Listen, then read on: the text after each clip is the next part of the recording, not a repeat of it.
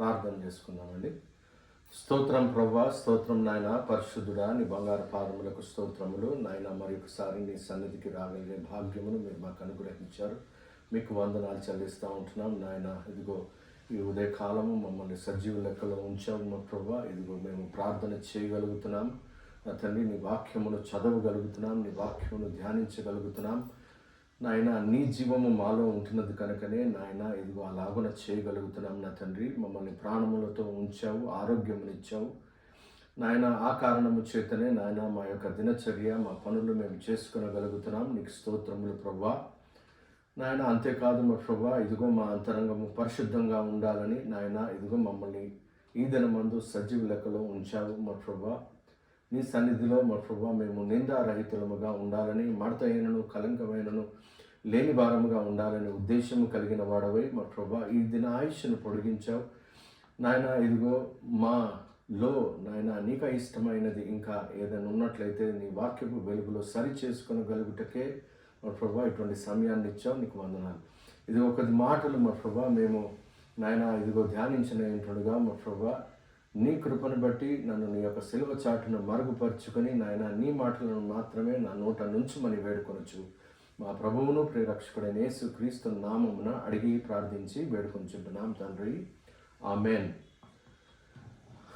పోయిన సారి అంటే 2 రోజుల క్రితము వాక్యమే విత్తనము అనే అంశము పైన మాట్లాడడం జరిగింది. ప్రత్యేకించి ఆదికాండం 1వ అధ్యాయము మరి మొదటి 3-4 వచనములు ధ్యానించటం జరిగింది. అయితే మొదటి వచనములో రాయబడినట్లుగా దేవుడు భూమి ఆకాశములను సృజించెను అని రాయబడి ఉంది. 2వ వచనానికి వచ్చేసరికి భూమి నిరాకారంగాను శూన్యముగాను మారిపోయింది అని మనం గ్రహించాము. మరి అలాగే చీకటి అగాధ జలముల పైన కమ్మి ఉండెను అని మనం ధ్యానించాము. దేవుని ఆత్మ జలముల పైన అల్లాడుచుండెను అని ధ్యానించాము. మరి అలాగే వెలుగు కమ్మని పలకగా వెలుగు కలిగెను అనే ఆ 4 వచనాలు మనం ధ్యానించాము. అయితే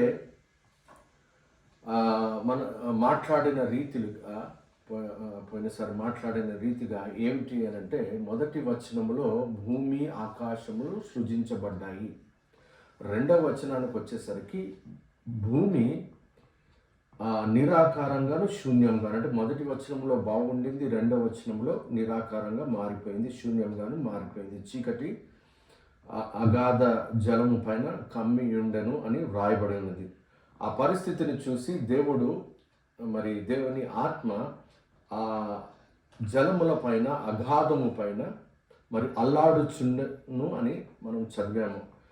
అయితే దేవుని ప్రేమను బట్టి మరి క్రైస్తవులముగా పిలువబడిన వారు మనం అందరం కూడా సర్వసత్యములోనికి నడిపించబడాలి. కాబట్టి ప్రతి ఒక్కరికి దేవుని ఆత్మ యొక్క ప్రత్యక్షత వారు కలిగి ఉండాలని, దేవుని ఆత్మ పొందుకోవాలని అనేక సందర్భాల్లో మరి మనం మాట్లాడుకుందాం. మరి మీరు వినే ఉంటారు ఆ విషయాన్ని. అయితే ప్రియమైన దేవుని బిడ్డలారా, దేవుని ఆత్మ అంటే ఆదరణకర్త అని యేసుక్రీస్తు ప్రభువారు దేవుని ఆత్మ గురించి చెబుతూ ఆయన మనల్ని సర్వసత్యములోనికి నడిపిస్తాడని, కాబట్టి క్రైస్తవుడుగా పుట్టిన వారందరూ సత్యమును ఎరిగి రక్షింపబడ్డ తర్వాత సర్వసత్యములోనికి దేవుని ఆత్మ చేత నడిపింపబడాలి. అంటే దేవుని ఆత్మ అంత ప్రాముఖ్యమైనది అని గ్రహించాలి. ఇంకోటి మనం మాట్లాడుకున్నది ఏంటంటే పరిశుద్ధ గ్రంథములో వ్రాయబడిన ప్రతి మాట కూడా దేవుని చేత ప్రేరేపింపబడింది అని అర్థం. అంటే దేవుడు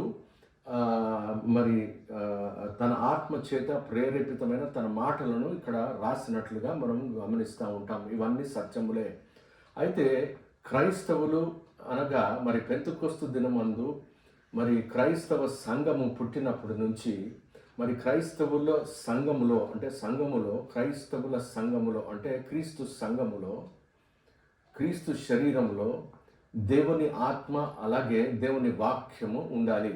ఈ 2 కూడా సంఘమును మడతైనను కలంకమైనను లేని దానిగా చేస్తూ ఉండాలి. అంటే సంఘలో పరిచర్య చేయువారు సర్వసత్యములోనికి నడిపించాలి అంటే వారు కూడా ఆత్మ పొందిన వారై ఉండాలి, వారు కూడా ఆత్మ చేత నడిపింపబడాలి అనే అంశము చెప్పాను. ఎందుకంటే ప్రియమైన దేవుని సంగమా, ప్రియమైన దేవుని బిడ్డలారా, మరి దేవుడు మరి సంఘము అనే ఆ యొక్క క్రీస్తు యొక్క శరీరాన్ని మన రక్షణార్థమై తాను సిద్ధపరిచినట్లుగా మనం గమనించాలి. మనం ఇంకా పుట్టక మునుపే మన పాపపు స్థితిని ఎరిగిన వాడై మరి 2000 సంవత్సరముల క్రితమే ఆయన శిలువ పైన మరణించాడు. తద్వారా తన రక్తము కార్చుటను బట్టి తండ్రితో మనల్ని సమాధానపరిచాడు. అంటే మనల్ని పాపముల నుంచి విడిపించిన దేవుడు. మరి ఆ తర్వాత ఆయన 3వ దినము నాడు లేచి పెంతెకొస్తు దినము నాడు మరి పరిశుద్ధాత్మ చేత తన యొక్క మరి తనను వెంబడించిన వారిని పరిశుద్ధాత్మ చేత నింపినట్లుగా మనం గమనిస్తూ ఉంటాము. చరిత్రలో అనేక మంది దేవుని బిడ్డలు చెబుతూ ఉంటారు, అది క్రీస్తు సంఘము యొక్క జన్మ దినము అని అర్థము. అంటే ఆ క్రీస్తు సంఘము మరి ముడత అయినను కలంకమైనను లేనిదిగా సిద్ధపరచబడాలి అని అంటే సంఘము సర్వసత్యంలోనికి నడిపింపబడాలి. అంటే సంఘము సర్వసత్యంలోనికి నడిపింపబడాలి అని అంటే ప్రియమైన దేవుని సంఘమా, దేవుని వాక్యము సత్యమే, కానీ దేవుడు సేవకులు దేవుడు వారికి ఇచ్చిన ప్రత్యక్షతను బట్టి వారు సంఘమును సర్వసత్యంలోనికి నడిపించాలి. వైవిధ్యంగా ఒక్కొక్కరికి దేవుడు ఇచ్చిన ప్రత్యక్షత కొలది వారు ప్రవచించువారుగా ఉండాలి, వారు బుద్ధివాక్యము చెప్పువారుగా ఉండాలి, అన్య భాషలలో ప్రార్థన చేయువారుగా ఉండాలి, అన్య భాషలకు అర్థం చెప్పువారుగా ఉండాలి. ప్రియమైన దేవుని సంఘమా, ఈలాగున సంఘ క్షేమము కొరకు సంఘము వర్ధిల్లటానికి దేవుడు ఏర్పాటు చేసిన క్రమము. ఈ విషయాన్ని మనము ధ్యానించాము కూడా. అయితే మనం విషయంలోనికి వస్తే ప్రియమైన దేవుని సంఘమా, ఇక్కడ మనం గమనించాల్సింది ఏమిటి అని అంటే ప్రియమైన దేవుని బిడ్డలారా, ఒక్క నిమిషం, 1 సెకండ్.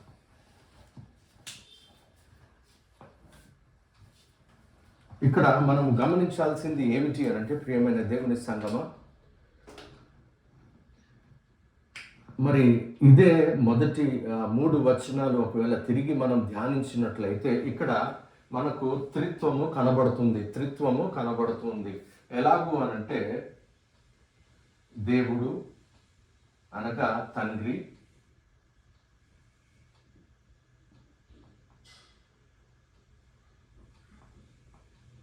కుమారుడు,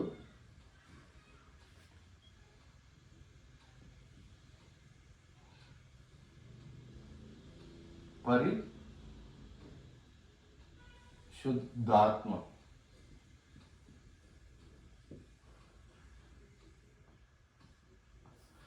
త్రిత్వము ఇక్కడ మొదటి 3-4 వచనములలో దేవుని వాక్యము అంటే దేవుడు వెలుగు కమ్మని అనగా వెలుగు కలిగెను అని మనము అంటే భూమి నిరాకారంగా ఉన్నది తిరిగి అది రూపుదిద్దుకోవడం ప్రారంభించింది అని అర్థం. అయితే మనం మాట్లాడింది ఏంటంటే కుమారుడు అనేవాడు దేవుని వాక్యము. వాక్యమే విత్తనముగా మారితేనే రూపము లేనిది.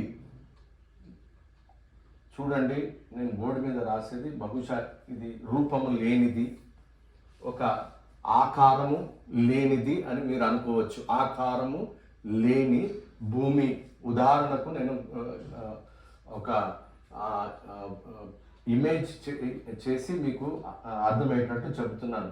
అంటే ప్రియమైన దేవుని బిడ్డలారా, ఇక్కడ ఎప్పుడైతే ఈ వాక్యము విత్తనముగా మార్చబడుతుందో,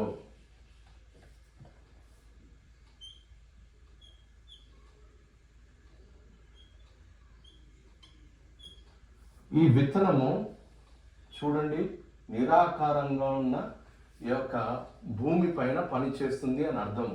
అయితే ఆ విత్తనం ఎప్పుడైతే పని చేయడం మొదలు పెడుతుందో ఆకారము ఇవ్వబడుతుంది అని అర్థం. మీరు చూడొచ్చు, ఇది ఒక రకమైన ఆకారములో, ఇది ఆకారం లేని పరిస్థితి, ఇది ఆకారము గల పరిస్థితిని నేను మీకు చూపెడుతూ ఉన్నాను. అయితే ఇక్కడ కుమారుడు, ఇక్కడ మీరు గమనించాల్సింది ఏంటంటే తండ్రి, కుమారుడు, పరిశుద్ధాత్మ, వీరి ముగ్గురు మధ్యలో ఒకవేళ బహుశా ఒక మీటింగ్ అయిందనుకోండి, ఒక డిస్కషన్ అయిందనుకోండి, ఒక చర్చ జరిగింది అనుకోండి. అయితే అక్కడ ప్రధానమైన సమస్య ఏంటి? ఒకప్పుడు మంచి ఆకారముతో ఉన్న భూమి అది నిరాకారంగాను శూన్యంగాను మార్చబడింది అనే ప్రధాన సమస్య పైన వారు ఒక చర్చ జరిగి ఉండవచ్చును ప్రియమైన దేవుని బిడ్డలారా. ఎందుకంటే మనము ఆ మొదటి 3-4 వచనాల్లో అది క్లియర్గా మనకు కనబడుతుంది. అయితే అక్కడ ఆత్మ మరి అల్లాడినప్పుడు ఆత్మ ఎవరిని ప్రేరేపించాలి అని అంటే కుమారుణ్ణి ప్రేరేపించాలి. కుమారుని ప్రేరేపించాలి ఎందుకు అని అంటే కుమారుడు వాక్యం అనేవాడు విత్తనముగా మార్చబడాలి. అంటే తను తాను రిక్తునిగా చేసుకోవాలి, తను తాను తగ్గించుకోవాలి. ఎందుకనంటే పోయినసారి మనం అర్థం చేసుకున్నప్పుడు వాక్యము అంటే క్రీస్తు విత్తనముగా మారాలి అని అంటే ఆయన తన్ను తాను తగ్గించుకోవాలి. అంటే సమస్య ఉన్నప్పుడు ముగ్గురిలో ఉన్న డిస్కషన్ ఎవరు ఈ కార్యమును చేయగలరు అని అంటే ఎవరైతే విత్తనంగా మారగలరో వారే ఆ కార్యమును చేయగలరు. రూపము లేని దానిని రూపము కలగ చేయటము అని అంటే అదొక కార్యము. ఆ కార్యము ఎవరు చేయగలరు అని అంటే విత్తనంగా మార్చబడిన వారే చేయగలరు. అంటే తను తాను తగ్గించుకొని వాడు మాత్రమే ఆ కార్యమును చేయగలడు అని అర్థము ప్రియమైన దేవుని బిడ్డలారా. అందుకనే ఇక్కడ వాక్యము అనగా క్రీస్తు.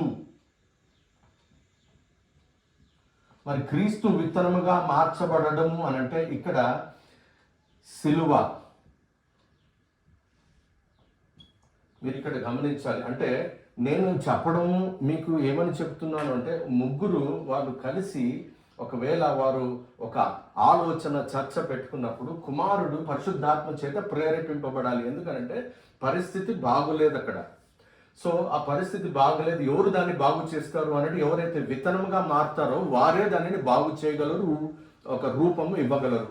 అంటే పరిశుద్ధాత్మ దేవుడు అల్లాడుచుంటుండగా కుమారుణ్ణి ప్రేరేపించి, అంటే వాక్యము విత్తనముగా మారితేనే అది సాధ్యము అనంటే మరి ఇక్కడ మనం గమనించాల్సింది పరిశుద్ధాత్మ కుమారుని ప్రేరేపించినట్టు. మరి తండ్రి యొక్క రోల్ ఏంటి? ఇక్కడ తండ్రి చేయవలసినది ఏంటి అంటే మీరు గమనించాల్సింది తండ్రి కుమారుడు వీరిరువురు కూడా భూమి పునాదులు వేయబడక మునిపే ఒక నిబంధనలో ఉన్నారు అని అర్థం. అంటే నిబంధన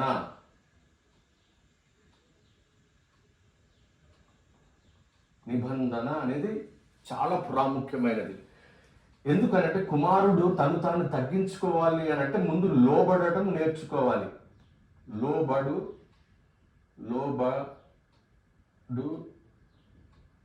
నేర్చుకోవాలి.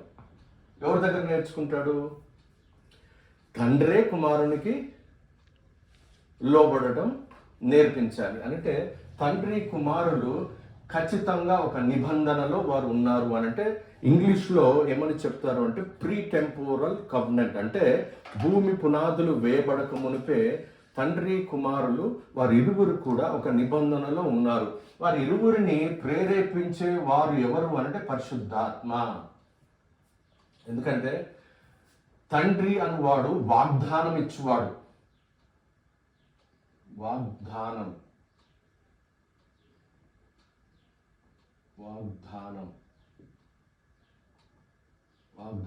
ఇచ్చువాడు. కుమారుడు అనువాడు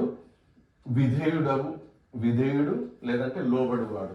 వాగ్దానం ఇచ్చువాడు నమ్మకమైన వాడు, లోబడివాడు వాగ్దానమును స్వతంత్రించుకునేవాడు. కాబట్టి తండ్రి కుమారులు నిబంధనలో ఉన్నారు కాబట్టి అలాగున ఒకరినొకరు ప్రేమించుకొని మరి ఆ ప్రేమకు మధ్యలో కారణము పరిశుద్ధాత్మ. అందుకనే ఇక్కడ తండ్రికి విధేయుడై ఉంటేనే కుమారుడు పరిశుద్ధాత్మ చేత ప్రేరేపింపబడతాడు. అంటే నీవు దేవునికి లోబడి ఉంటేనే పరిశుద్ధాత్మ చేత ప్రేరేపింపబడతావు. అంటే చూడండి ఇక్కడ పరిశుద్ధాత్మ అలాగే తండ్రి కుమారుని యొక్క ఈ త్రిత్వం అనేది మనకు క్లియర్గా కనబడుతుంది. కుమారుడు లోబడితేనే పరిశుద్ధాత్మ చేత ప్రేరేపింపబడగలడు అనంటే ఏ నిబంధనలో అయినా నూతన నిబంధనలో అయినా యేసుక్రీస్తు ప్రభు వారు చెప్పారు కదా, ఇదిగో నేను చేస్తున్న నూతన నిబంధన అని. ప్రతి నిబంధనలో పరిశుద్ధాత్మ లేనిది నిబంధన నిలవదు ప్రియమైన దేవుని బిడ్డలారా. అది మనం గమనించాల్సింది. అయితే పరిశుద్ధాత్మ దేవుడు ప్రేరేపించినట్లుగా మనం గమనిస్తాము. అయితే ఇక్కడ ఇక్కడ చూడండి, నిబంధన అని చెప్పాను కదా, తర్వాత లోబడుట అనే అంశం కూడా చెప్పాను. ఒకవేళ లోబడుట అనే దానికి అది ఒక సబ్జెక్ట్ మాత్రమే. ఇంగ్లీష్లో చెప్పాలి అని అంటే సబ్జెక్ట్ అంటే అది నిజమని మనకు తెలుసు, కానీ అది మనకు కనపడదు. అయితే లోబడుట అనే దానికి ఒకవేళ ఏదైనా ఆబ్జెక్ట్ మనము చూపించగలిగితే ఏం చూపించగలుగుతాము? లోబడుట. అయితే ప్రియమైన దేవుని బిడ్డలారా, లోబడుట అనే దానికి ఆబ్జెక్ట్ ఏమిటి అంటే బలిపీఠము. ఎందుకంటే బలిపీఠం అంటే మనకు మైండ్లో వస్తుంది, బలి పీఠము.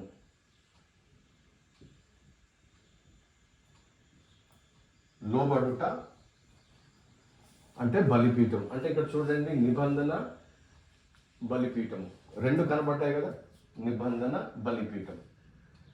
తర్వాత ఇక్కడ వాక్యము విత్తనంగా మార్చబడినప్పుడు తను తాను రిక్తునిగా చేసుకున్నాడు అని అంటే ఆయన తండ్రితో కూడా మరి సమానుడైనప్పటికీ, ఇక్కడ ఏం చెప్తున్నాను, భూమి పునాదులు వేయబడక మునుపు తండ్రి, కుమార, పరిశుద్ధాత్మ త్రిత్వము వారు ఉనికిలో ఉన్నారు అని అర్థం. అయితే ఇక్కడ మరి కుమారుడు మరి తండ్రితో సమానుడే, కానీ తండ్రితో సమానుడుగా ఉంటూ కూడా తను తాను తగ్గించుకోవడం అనేది అది మరి మరి మరి దాన్ని ఇంగ్లీష్లో మనమైతే సాక్రిఫైస్ అంటాం, తెలుగులో ఏమంటారు? బలి, సాక్రిఫైస్. చూసారా? సాక్రిఫైస్ అన్నప్పుడు ప్రధానమైన ద్రవం ఏది అంటే రక్తము. అంటే రక్తము కారునంతగా పాపమును పోరాడినవాడు, రక్తము కారునంతగా తండ్రికి విధేయుడవు వాడు అని ఇక్కడ చెప్పబడుతుంది. అంటే ప్రధానంగా మీరు అర్థం చేసుకోవాల్సింది నిబంధన, బలిపీఠము,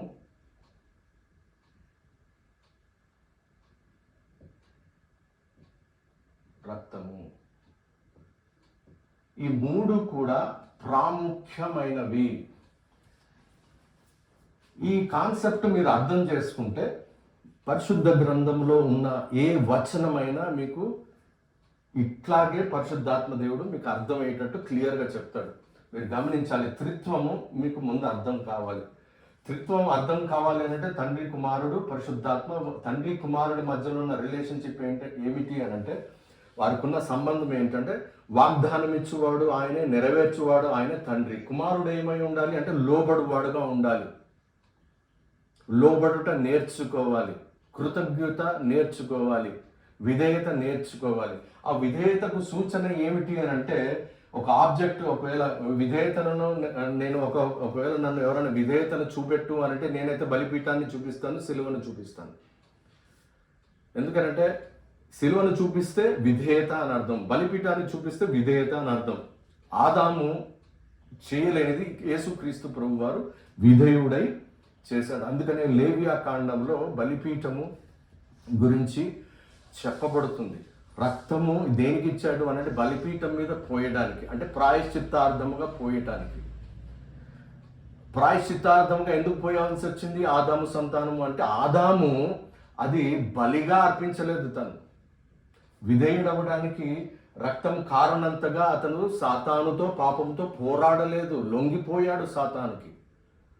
రక్తం కారణంతగా పోరాడిన వాడు ఎవడు అని అంటే యేసుక్రీస్తు ప్రభువు వారు మాత్రమే. కాబట్టి నీ జీవితంలో, నా జీవితంలో నిబంధన, బలిపీఠము, రక్తము అనేది ఎంతో ప్రాముఖ్యమైనది. అందుకనే ప్రభు బల్ల ఆరాధనము ప్రతి ఆదివారము పాల్గొంటాము. అంటే అక్కడ అర్థం ఏంటి? నిబంధనలో ఉన్నవారు అనంటే వాగ్దానం ఇచ్చేవాడు ఆయనే, వాగ్దానం నెరవేర్చువాడు ఆయనే. మనము లోబడుట నేర్చుకొని, లోబడుట మరి ఆయన దగ్గర మాత్రమే నేర్చుకొనగలము. ఆయన వాక్యమునకు లోబడు వారముగా ఉంటాము.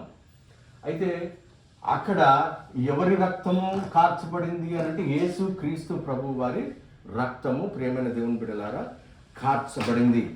కాబట్టి ఇక్కడ మీరు గమనించాల్సింది ఏమిటి అంటే భూమి నిరాకారంగా ఉన్నది ఆకారంలోనికి రావాలి అంటే నిబంధన అవసరం, బలిపీఠం అవసరము, రక్తము అవసరము. మీరు అనొచ్చు, బ్రదర్ ఏంటండి మరి మొదటి 4 వచనాల్లో మీరు ఇవన్నీ చూపిస్తున్నారు అంటే అదే పరిశుద్ధాత్మ దేవుడు సర్వసత్యములోనికి నడిపించటము అని అంటే ప్రియమైన దేవుని సంగమా. అయితే ఇప్పుడు ఇంతవరకు మనం అర్థం చేసుకున్నాము, ఆకారము కోల్పోయింది, తిరిగి ఆకారంలోనికి రావాలి అని అంటే కుమారుడు సిద్ధపడాలి, తను రిక్తులుగా చేసుకోవాలి. అంటే కుమారుడు అంటే వాక్యము విత్తనముగా మారాలి, విత్తనము పడి చావాలి. అంటే ఇక్కడ మీరు గమనించాలి, విత్తనము ఇదిగో వాక్యమే ఎప్పుడైతే మరి రక్తము కార్చువాడుగా ఉంటాడో విత్తనముగా మార్చబడతాడు. రక్తము కారితేనే విత్తనము. సో ఆ విత్తనము తిరిగి మళ్ళీ వెళ్ళి మరి ఇక్కడ చావాలి, చస్తేనే ఆకారము. ప్రియమైన దేవుని బిడ్డలారా, ఇది ఈ కాన్సెప్ట్ ఒకవేళ మీరు అర్థం చేసుకోవాలి అని అంటే ఒక స్త్రీ గర్భవతి అవ్వటము మీరు తెలుసుకోవడం ఎంతో ప్రాముఖ్యమైంది. ఇందులో మరి విత్తనము అనేది మగవారిలో నుంచి బయలుదేరి ఆ స్త్రీలో ఉన్న నిరాకారమైన దానిలో కలిసినప్పుడు ఆకారముగా మార్చబడుతుంది. ఇంగ్లీష్లో ఏమంటారు అని అంటే sperm when it goes in to the egg. ఇంగ్లీష్లో చెప్తున్నాను నేను, తెలుగులో నాకు వర్ణన సరిగ్గా చేయకపోవచ్చు నేను. సో స్పర్మ్ అనేది ఎప్పుడైతే ఆ నిరాకారమైన స్త్రీలో ఉన్న ఆ ద్రవ్యము లేకపోతే ఎగ్ అంటారు అందులో ప్రవేశించినప్పుడు అది పడి చస్తుంది. ఆ చచ్చిన తర్వాతనే అంటే ఆ స్పర్మ్ అక్కడ it has to die, the seed has to die, then zygote form అవుతుంది. జైగోట్ కొద్ది రోజుల తర్వాత ఫీటస్ అవుతుంది. ఫీటస్ తర్వాత 9 నెలల తర్వాత రూపింపబడిన ఒక బిడ్డ బయటికి వస్తాడు అని అర్థం. ఇది క్లియర్గా మీరు అర్థం చేసుకోవాలి. నేను మళ్ళీ చెబుతున్నాను, ఎందుకనంటే సృష్టి క్రమము మీరు అర్థం చేసుకోవాలంటే నీవు నేను ఎలా పుట్టామనేది మనం గుర్తించాలి. అందుకనే మరి ఆదాము ఎలా మరి జీవించు ప్రాణి అయ్యాడో దాన్ని కూడా మీరు ధ్యానిస్తే మీకు అర్థమవుతుంది. ఏ విధంగా నేను పుట్టాను, ఏ విధంగా మీరు పుట్టారు మీరు గమనించినట్లయితే మనం తండ్రి గర్భంలో ఉన్నవారం. నేను పుట్టక మునుపు ఎక్కడున్నాను అని అంటే నా తండ్రి గర్భంలో నేను ఉన్నాను. ఆ తండ్రి గర్భంలో విత్తన రూపంలో నేను ఉన్నాను. ఆ విత్తనము తల్లి గర్భంలో ప్రవేశించిన తర్వాత నిరాకారమైన ఆ యొక్క ద్రవములో చనిపోయినప్పుడు ఆ విత్తనము అంటే ఆ స్పర్మ్ చనిపోయినప్పుడు జైగోట్గా ఫామ్ అవుతుంది. జైగోట్ ఫీటస్గా ఫామ్ అవుతుంది. ఫీటస్ ఏమవుతుంది, ఒక బేబీ బాయ్ ఆర్ బేబీ గర్ల్గా 9 నెలల తర్వాత పుడతారు. ఇది అంటే వితౌట్ సీడ్ డజంట్ అంటే ఇక్కడ ఆ విత్తనము చనిపోకపోతే సీడ్ హ్యాస్ టు డై అంటే విత్తనము అక్కడ చనిపోవాలి. చనిపోంది రూపము రాదు. ఒకవేళ ఆ స్పర్మ్ మరి ఆ ఎగ్లో పోయి చనిపోకపోతే ఆ ఆకారము రాదు, ఫీటస్ ఫామ్ అవ్వదు, బేబీ రాడు, లేకపోతే బేబీ రాదు. 9 నెలల తర్వాత జననం ఉండదు. ప్రియమైన దేవుని బిడ్డలారా, అందుకనే రూపుదిద్దుకొనడము హెబ్రీ భాషలో ఈ రూపుదిద్దుకొనడము అనే దానికి బారా అని రాస్తారు. బారా అనే అక్షరం ఉంది, బారా. దీని అర్థం ఏమిటి అని అంటే ఇంగ్లీష్లో చెప్పాలి అంటే టు ఫామ్, లేదంటే తెలుగులో రూపం ఇవ్వడం, లేకపోతే రూపించడము. చూసారా, బారా అంటే తోహు బోహుగా ఉన్నది, అంటే నిరాకారంగాను శూన్యంగాను అసలు ఆకారం లేని పరిస్థితిలో ఉన్న దానికి ఆకారం ఇవ్వాలి. ఆకారం ఇవ్వడమే బారా అని అర్థం. ఇంకొక పదం ఉంది, బేరీత్ అని ఉంది హెబ్రీ భాషలో. దానికి మూల మాట బారానే. బారా నుంచి బేరీత్ వచ్చింది. బేరీత్ నేను తెలుగులో రాస్తున్నాను. బేరీత్. బేరీత్ అంటే నిబంధన. అంటే నువ్వు నిబంధనలో ఉంటేనే రూపింపబడుతావు అని అర్థము, ప్రియమైన దేవుని బిడ్డలారా.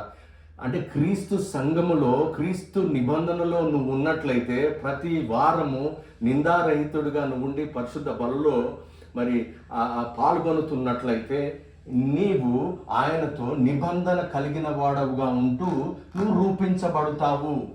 ఏ విధంగా భూమికి మరి నిరాకారంగా ఉన్నప్పుడు అది ఆకారము ఇవ్వబడిందో, దాన్ని ఆకారం ఇవ్వడాన్ని బారా అని మరి హెబ్రీ భాషలో వారు రాశారు, ప్రియమైన దేవుని బిడ్డలారా. అందుకనే బారా బెరీతు అని 2 పదాలు మీరు జోడించి అర్థం చేసుకుంటే ఇదంతా మీకు క్లియర్గా అర్థమైపోతుంది, ప్రియమైన దేవుని బిడ్డలారా.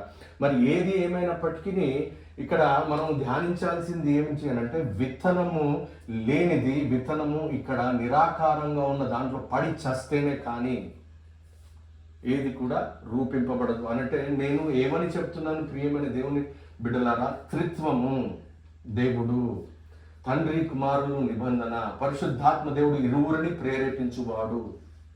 పరిశుద్ధాత్మ తండ్రిని ఏమని ప్రేరేపిస్తాడు?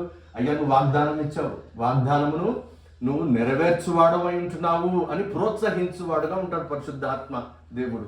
మళ్ళీ కుమారుని ఏమని ప్రోత్సహిస్తాడు? నువ్వు తండ్రికి విధేయుడవై ఉండాలి, నువ్వు రక్తం కారునంతగా పాపంతో పోరాడాలి, రక్తము కారునంతగా నీవు తండ్రికి విధేయుడని అయి ఉండాలి అని పరిశుద్ధాత్మ దేవుడు ప్రేరేపిస్తాడు. అందుకనే పరిశుద్ధాత్మను పొందుకోవాలి, ప్రియమైన దేవుని బిడ్డలారా. పరిశుద్ధాత్మను నువ్వు పొందుకున్నట్లయితే నీవు పాపమును పోరాడగలుగుతావు. అప్పుడు నీ సాక్ష్యం ఎలాగుంటుంది అంటే, పాపముతో పోరాడిన సాక్ష్యం నువ్వు చెప్పగలుగుతావు. నేను ఒక చిన్న ఉదాహరణ చెప్పి ముందుకు వెళ్తాను. 2 సంవత్సరాల క్రితం అనుకుంటాను, హైదరాబాద్ పట్టణంలో ఒక సంఘటన జరిగింది. ఒక ఏటీఎంలో వాచ్మెన్ని చంపేసి మరి అతన్ని చంపేసి వారు దొంగతనం చేసే ప్రయత్నం చేశారు.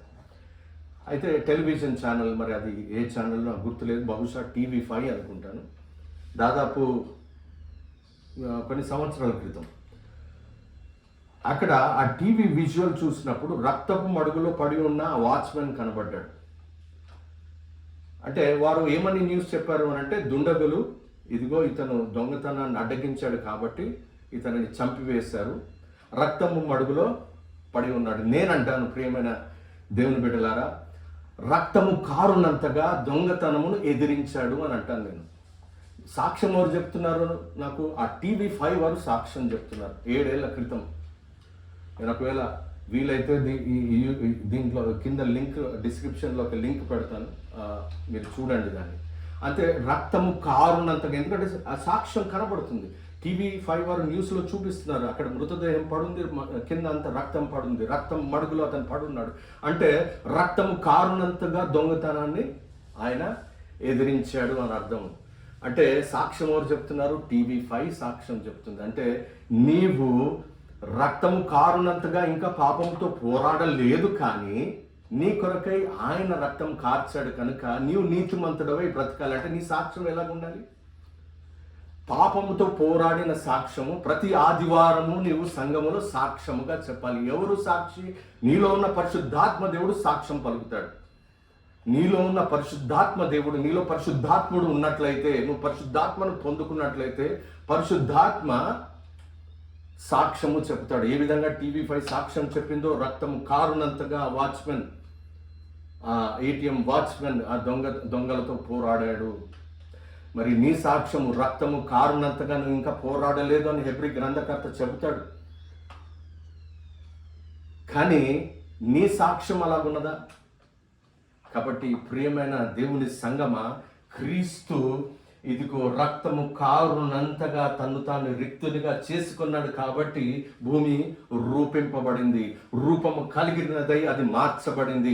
నీ జీవితము, నా జీవితము మార్చబడాలి అని అంటే ఆ విత్తనముగా నీవు నేను మారాలి. ఆ వాక్యము నీలో ప్రవేశించినప్పుడు అదే విత్తనముగా మారాలి. ప్రియమైన దేవుని బిడ్డలారా, అప్పుడే నీవు ఫలించువాడవుగా ఉంటావు, అప్పుడే నీవు పాపమును పోరాడువాడవుగా ఉంటావు. అప్పుడే పరిశుద్ధాత్మ దేవుడు, నీలో ఉన్న పరిశుద్ధాత్మ దేవుడు ఆదివారము నిలబడి నువ్వు సాక్ష్యము చెప్పగలిగే పరిస్థితిలోనికి పరిశుద్ధాత్ముడు నిన్ను తీసుకొని వస్తాడు. ప్రియమైన దేవుని బిడ్డలారా, అయితే మనము అసలు విషయానికి వద్దాం.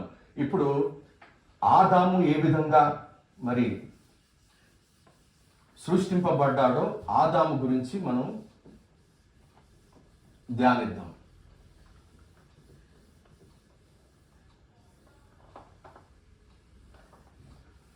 చూడండి,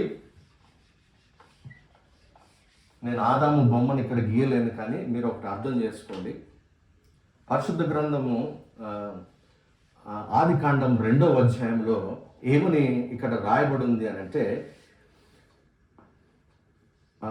2వ అధ్యాయం 4వ వచనం నేను చదువుతాను, మీరు వినండి. దేవుడైన యెహోవా భూమిని ఆకాశమును చేసిన దినమందు భూమి ఆకాశములు సృజించబడినప్పుడు వాటి వాటి ఉత్పత్తి క్రమం ఇదే. అది వరకు పొలమందలి ఏ పొదయు భూమి మీద నుండలేదు, పొలమందలి ఏ చెట్టును మొలవలేదు. ఏలయనగా దేవుడైన యెహోవా భూమి మీద వాన కురిపించలేదు, నేలను సేద్యపరచుటకు నరుడు లేడు. అంటే భూమి దేవుడు మరి విత్తనముగా దానిని రూపించినప్పుడు ఒక రూపము కలిగినదై అది ఒక ఆకారము అంటే నివాస యోగ్యముగా మారింది, లేదంటే సేద్యము చేసుకోవడానికి వీలుగా మార్చబడింది. అంటే it was brought back in to shape. అంటే దానికి ఒక రూపం ఇవ్వబడింది, అది నివాస యోగ్యముగా తయారు చేయబడింది, సేద్యపరచుటకు సిద్ధపరచబడింది. కానీ అది వరకు ఎవరు కూడా నరుడు లేడు కాబట్టి అక్కడ ఎవరు కూడా సేద్యం చేసుకోవడానికి అప్పుడు జరగలేదు. అంటే ఆ మట్టి ఎలాంటిది అని అంటే మానవుడు ముట్టుకొనని మట్టి. అంటే ఇంగ్లీష్లో చెప్పాలి అంటే the soil was a virgin soil, untouched soil. అంటే ఆ యొక్క మట్టి మరి ఎవరు కూడా దాన్ని సేద్యపరచలేదు, అంటే నరుని ప్రమేయము దానిపైన పడలేదు. అటువంటి పరిస్థితుల్లో ఇక్కడ అయితే ఆవిరి భూమి 6వ వచనం, అయితే ఆవిరి భూమి నుండి లేచి నేల అంతటిని తడిపాను. దేవుడైన యెహోవా నేల మట్టితో నరుని నిర్మించెను అని ఉంది.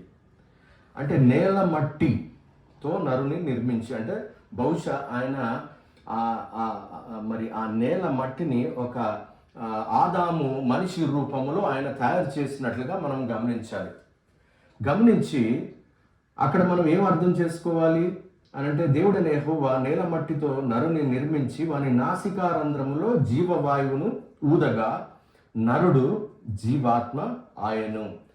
1 కొరింథీ 15వ అధ్యాయంలో జీవించు ప్రాణి అని రాసింటది. ఇక్కడ జీవాత్మ ఉంది, కానీ మరి పౌలు భక్తుడు కొరింథీలకు రాస్తూ 15వ అధ్యాయంలో ఆయన పునరుద్ధానం గురించి చెబుతూ మరి మొదటి ఆదాము జీవించు ప్రాణి అయితే కడపటి ఆదామైన క్రీస్తు జీవింప చేయు ఆత్మ అని అక్కడ వివరిస్తూ చెబుతాడు. అంటే దాని అర్థము ఆదాము జీవించు ప్రాణి అని అర్థం చేసుకోవాలి. అయితే ఇక్కడ కొన్ని మీకు అర్థమయ్యేటట్టు కొన్ని విషయాలు మీకు చెబుతాను ప్రియమైన దేవుని బిడ్డలారా. ఇప్పుడు చూడండి, ఈ వచనము మీకు ఇంకా డీటెయిల్డ్గా ఎక్స్ప్లెయిన్ చేసే ముందు నేను ఒక చిన్న విషయాన్ని మీకు చెప్తాను. దేవుడు మోషేతో మాట్లాడుతూ నువ్వెవరని నేను చెప్పాలి అని అంటే, నేను ఉన్నవాడను అనువాడను అని చెబుతాడు. ఉన్నవాడను అనువాడను. ఇంగ్లీష్లో ఐఆమ్ దట్ ఐఆమ్ అంటే మరి అది ఎక్కడ ఉంది అని అంటే నిర్గమకాండము 3వ అధ్యాయము 14వ వచనం. నిర్గమకాండము 3వ అధ్యాయము, ఒక నిమిషం అండి,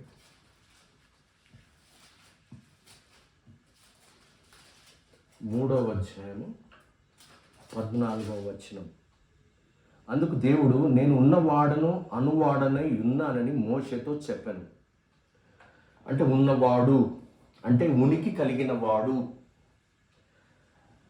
హెబ్రీ భాషలో ఉనికిని ఉనికిని హాయా అనే పదం వాడతారు. హాయా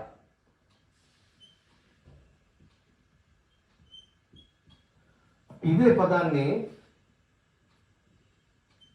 జీవము అనే దానికి కూడా వాడతారు. అంటే హాయ అనగా ఉనికి, ఉనికి. ఇంగ్లీష్లో కాన్షియస్నెస్ అంటారు. కాన్షియస్నెస్ అంటే ఫిలాసఫర్స్ వాడుతూ ఉంటారు కాన్షియస్నెస్.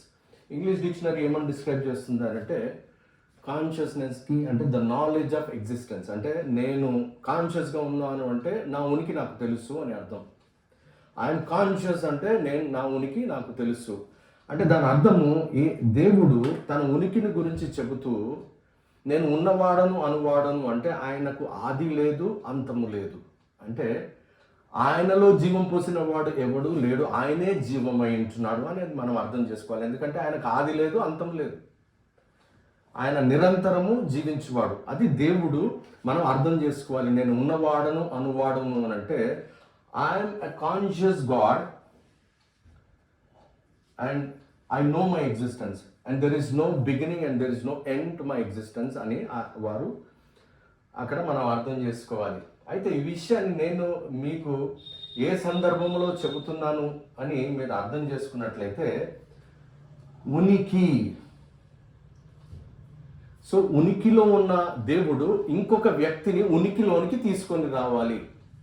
ఎవరిని అంటే ఉనికి కలిగిన దేవుడు ఉనికిలోనికి ఆదామును తీసుకొని రావాలి అని అంటే అక్కడ కూడా ఏమి ఇక్కడ ప్రేరేపించింది ఎవరు? పరిశుద్ధాత్ముడే.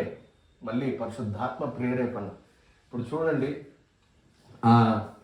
ఆ ఆదాము యొక్క మరి మట్టి బొమ్మ నేలపైన పడి ఉన్నప్పుడు జీవవాయువు. సో జీవవాయువులో ఏముంటుంది అని అంటే మీరు చూడండి, గ్రీకు పదం ఒకటి న్యూమా అని వాడతారు.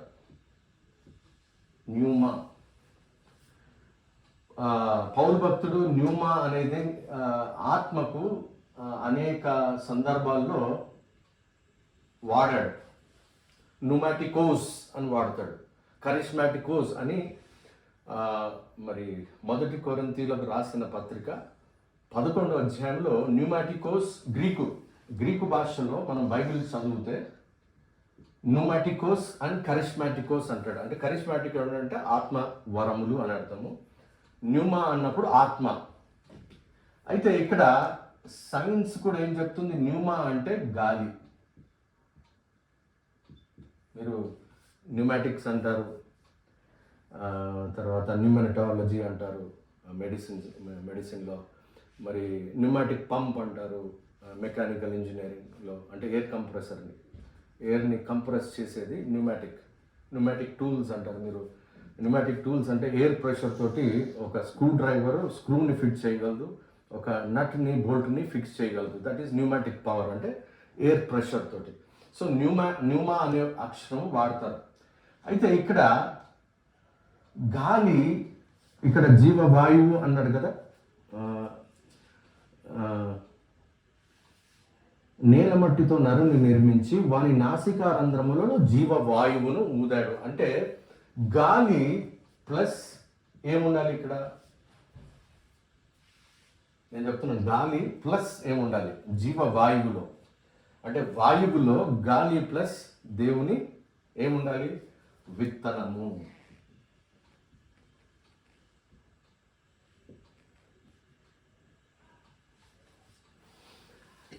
సో విత్తనము, ఎవరి విత్తనము? దేవుని విత్తనము. ఎవరు అతను అని అంటే దేవుని కుమారుడే విత్తనము. ఇప్పుడు చూడండి, నా కుమారుడు ఏమంటారు? నా విత్తనము అంటారు. నా విత్తనం ఎక్కడుండింది? నా కడుపులో ఉండింది విత్తనం. ఇప్పుడు నా కుమారుడు జన్మించి 23 సంవత్సరాలు అయింది. అంటే దాని అర్థం ఏమిటి? విత్తనము గర్భములో ప్రవేశించి ఒక బాబుగా బయటకు వచ్చాడు. అంటే రూపము, ఆ విత్తనం అక్కడ పడి చేస్తేనే రూపము, ఆ ఫీటస్ ఏర్పడుతుంది. ఫీటస్ 9 నెలల తర్వాత బాబుగా పుడతాడు. సో కాబట్టి ఇక్కడ ఆదాము ఆ పడుకున్న బొమ్మ జీవించు ప్రాణి అవ్వాలి అని అంటే నాసికారంధ్రములలో గాలి ప్లస్ విత్తనము. విత్తనం అంటే ఏంటి? మాట్లాడేవాడు. నా కుమారుడు ఎవరు అని అంటే మాట్లాడేవాడు. నేను మాట్లాడుతున్నాను కాబట్టి నా కుమారుడు కూడా మాట్లాడువాడు. అంటే నా విత్తనంలో ఏముంది? నా విత్తనము అంటే సైంటిఫిక్గా కూడా చాలామంది ఫిలాసఫర్స్ కూడా చెప్పేది ఏంటంటే మెయిల్ స్పర్మ్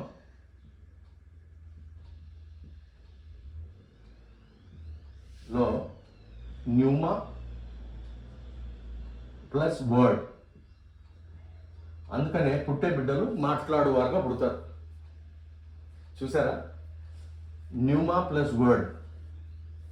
నేను ఆ బుక్ రెఫరెన్స్ ఉంది నా దగ్గర, దాని డిస్క్రిప్షన్లో నేను వీలైతే పెడతాను. అది వాళ్ళు రాసిన ఆ పుస్తకము డిస్క్రిప్షన్ మీకు పెడతాను.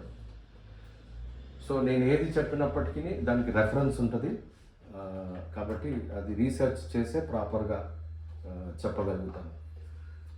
కాబట్టి ఇక్కడ దేవునిలో నుంచి వెళ్ళింది గాలి ప్లస్ విత్తనము, అప్పుడు అతను జీవించు ప్రాణి అయ్యాడు అని అర్థం.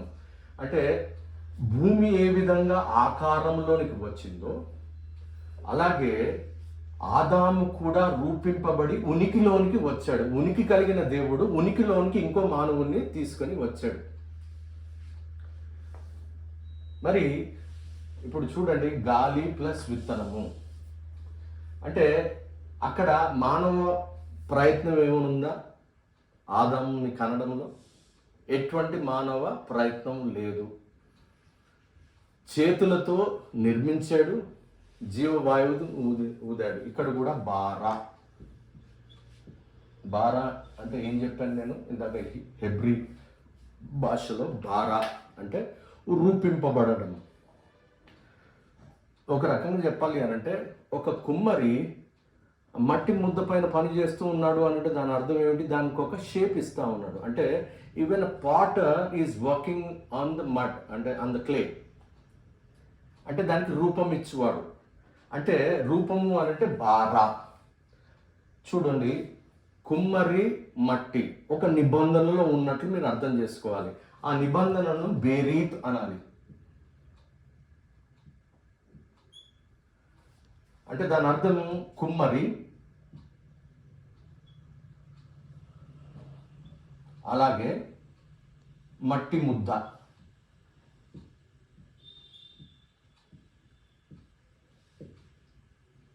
ఈ రెండు కూడా కుమ్మరి మట్టి ముద్ద ఒక నిబంధనలో ఉన్నట్టు లెక్క. అంటే దాని అర్థం ఏమిటి? మట్టిలో ప్రాణం లేదు, కానీ మట్టి తనను తాను కుమ్మరికి అప్పగించుకుంది కాబట్టి ఆ కుమ్మరి దానిని ఒక మంచి ఆకారం, అంటే నిబంధన ఉంటే తను తాను అర్పించుకుంటాడు. అంటే మానవుడు అయిన నీవు నేను నిబంధన కలిగి ఉంటేనే మనము సంపూర్ణులుగా తీర్చిదిద్దబడతాం. ఇక్కడ ఆదాము కూడా అదే విధంగా తీర్చిదిద్దబడ్డాడు. గాలి ప్లస్ విత్తనము జీవించు ప్రాణి. జీవించు ప్రాణి అయిన తర్వాత ఎక్కడ పెట్టబడ్డాడు అని అంటే ఏదేను తోటలో పెట్టబడ్డాడు. అంటే తండ్రితో నిబంధన కలిగిన వాడుగా ఉన్నాడు. అంటే దాని అర్థం ఏమిటి? అక్కడ ఆ బారా అనే అక్షరం వాడి తనను రూపించి తనని ఉనికిలోనికి తెచ్చిన తర్వాత నిబంధనలో ఒక రకంగా చెప్పాలి అనంటే ఏదైనా తోటలో తనని రూపిస్తూ ఉన్నాడు. ఇంకా ఫిజికల్గా ఫామ్ చేశాడు, కానీ తనను లోబడేటట్లు, అంటే సంపూర్ణుడు ఎప్పుడు అవుతాడు? లోబడితేనే సంపూర్ణుడు. క్రీస్తు లోబడివాడు కనుక సంపూర్ణుడు. అంటే ఆదామును ఏదేమో తోటలు ఎందుకు పెట్టాడు అంటే సంపూర్ణునిగా చేయటానికే. సంపూర్ణునిగా చేయటానికి, అంటే సంపూర్ణునిగా చేయాలి అని అంటే కుమ్మరి చేతిలో మట్టి ముద్ద ఎలాగూ ఉంటుందో అలాగున ఆదాము కూడా తండ్రికి తను తాను సమర్పించుకుని వాడై ఉండి రక్తము కారునంతగా పాపమును సాతానును ఎదిరించువాడుగా ఉండాలి. అదే నిబంధన. అంటే ఇప్పుడు నీవు నేను నూతన నిబంధనకి అందులో పాలిభాగస్థులము కదా. అంటే మనం ఏం చేయాలి మరి? పాపమును ఎదిరించే సాక్ష్యము కలిగిన వారుగా ఉండాలి. పరిశుద్ధ సంఘములో నువ్వు పాపమును ఎదిరించినట్లు సాక్ష్యము చెప్పాలి. ఏదో నాకు దేవుడు మోటార్ సైకిల్ ఇచ్చాడు, లేదంటే నాకు ఒక ఇల్లు ఉండేది, ఇంతకుముందు ఒక గుడిసెలో ఉండేవాడిని, ఇప్పుడు ఒక ఇల్లు ఇచ్చాడు అంటే అది అందరికి ఇస్తాడు దేవుడు. అట్లా అన్యమతస్తులు కూడా దేవుడు వాళ్ళకి ఇస్తా ఉన్నాడు. నీకు ఏమి ఇవ్వగలిగింది అని అంటే నువ్వు పరిశుద్ధాత్మ నీలోంచి సాక్ష్యం, అంటే నువ్వు సంపూర్ణుడిగా ఏ విధంగా మార్చబడుతున్నావో ఆ సాక్ష్యము నువ్వు చెప్పాలి. ఆ సాక్ష్యము నువ్వు చెప్పలేని పక్షాన దాని అర్థం ఏమిటి అంటే నీలో పరిశుద్ధాత్ముడు నివసించుట లేదు అని అర్థం. నీలో ఉన్న పరిశుద్ధాత్ముడు ఆగడు, నిన్ను పాపముతో పోరాడేటట్లు చేస్తాడు, పాపమును జయించే శక్తిని ఇస్తాడు దేవుడు నీకు. అప్పుడు నువ్వు నీలో ఉన్న పరిశుద్ధాత్మ సంఘం ముందు నువ్వు సాక్ష్యం చెప్పే పరిస్థితిలో నువ్వు ఉంటావు. నువ్వు చెప్పట్లేదు అని అంటే అటువంటి సాక్ష్యము నీలో లేదు, నువ్వు పాపంతో పోరాడుట లేదు, పాపము నిన్ను లోబర్చుకుంటుంది అని అర్థం అక్కడ. కాబట్టి ఏ విధంగా మట్టి ముద్ద కుమ్మరికి అప్పగించుకుంటుందో, తనను తాను అప్పగించుకుంటుందో, అప్పుడు కుమ్మరి దానిని రూపుదిద్దుతాడో ఆ విధంగా ఆదాము కూడా రూపింపబడటం ఎప్పుడు కంప్లీట్ అవుతుంది అని అంటే ఆ జీవవృక్ష ఫలము తినినాడు సంపూర్ణుడవుతాడు. సో నీవు నేను కూడా జీవవృక్షము తినునాడు మనము సంపూర్ణులవుతాము ప్రేమను దేవుని బిడ్డలారా. అయితే క్రీస్తు మాత్రము ఆయన పరిశుద్ధుడు, ఆయన లోబడువాడు. ఆయనను చూసి మనము లోబడుట నేర్చుకోవాలి, ఆదామును చూసి కాదు ప్రియమైన దేవుని బిడ్డలారా. కాబట్టి యవనస్తులు కొంతమంది రక్షణ ఎందుకు తీసుకోరు అని అంటే, ఇదిగో మా పాస్టర్ ఇట్లా అంటాడు కాబట్టి ఆయన అట్లా పనులు చేస్తుంటే నేనెందుకు రక్షణ తీసుకోవాలి, లేదంటే ఇదిగో క్రైస్తవులు బాప్తిజం తీసుకున్న వాళ్ళు ఇలా జీవిస్తున్నారు అంటే ఆదామును చూసి కాదు, ఆదాము పిల్లలను చూసి కాదు, క్రీస్తును చూడాలి. ఎక్కడ చూడాలి? పరిశుద్ధ గ్రంథములో చూడాలి. సర్వసత్యములోనికి ఆయన నిన్ను నడిపించినప్పుడు నువ్వు ముందు సత్యాన్ని తెలుసుకోవాలి. సత్యము నిన్ను విడిపిస్తుంది ప్రేమని దేవుని బిడ్డలారా. కాబట్టి ఆదామును చూస్తే నువ్వేమి నేర్చుకోవు, కానీ లోబడుట క్రీస్తును చూస్తే మాత్రమే నేర్చుకొనగలవు. క్రీస్తును ఎక్కడ చూస్తాము అంటే పరిశుద్ధ గ్రంథంలో నీవు చూడగలగాలి ప్రేమని దేవుని బిడ్డలారా. ఇప్పుడు ఆదాము యొక్క పుట్టుక అయిపోయింది కదా, ఇప్పుడు ఇంకొక ఉదాహరణ చెబుతాను మీకు. ఆదికాండము 21వ అధ్యాయము 33వ వచనం సందర్భం నేను చెప్తాను మీకు. సందర్భం ఏమిటి అనంటే, అబ్రహాము, నేను చదువుతాను వచనం. అబ్రహాము బెయేర్షెబాలో ఒక పీచుల వృక్షము నాటి అక్కడ నిత్య దేవుడైన యెహోవా పేరిట ప్రార్థన చేశాను. పీచుల వృక్షము ఎందుకు నాటాడు అనంటే, అక్కడ ఆయన అబీమెలెకుతో మరి సంధి కుదుర్చున్నట్లుగా, మరి ఒక నిబంధన చేసుకున్నట్లుగా అంతకుముందు అదే అధ్యాయంలో మీరు చదివినట్లయితే మరి యెహోవా తాను చెప్పిన ప్రకారము శారాను దర్శించడం అంటే ఇస్సాకు అక్కడ పుట్టడం జరుగుతుంది. అంటే మృతతుల్యమైన గర్భము తనకు ఉంటుండగా దేవుని కృపను బట్టి వాగ్దాన పుత్రుడుగా, వాగ్దానం ఇచ్చినవాడు నెరవేర్చువాడు తండ్రి కదా. ఇందాక మనం తండ్రి ఎవరు అంటే వాగ్దానం ఇచ్చువాడు. సో వాగ్దానమును నెరవేర్చువాడు కనుక ఇదిగో మృతతుల్యమైన శారా గర్భములో నుంచి ఇస్సాకు పుట్టేటట్లు చేశాడు. ఇవన్నీ తన దృష్టిలో పెట్టుకొని ఆఖరి భాగములో ఆయన ఒక పీచుల వృక్షము నాటినట్లుగా మనము చదువుతాం. ఇక్కడ పీచుల వృక్షము అన్నప్పుడు ఇంగ్లీష్లో అది కేజేబీలో అయితే గ్రూప్ అని రాయబడింది, కానీ ఇది పీచుల వృక్షము. వేరే తర్జుమాలో టామరిస్క్ ట్రీ, టామరిస్క్ ట్రీ.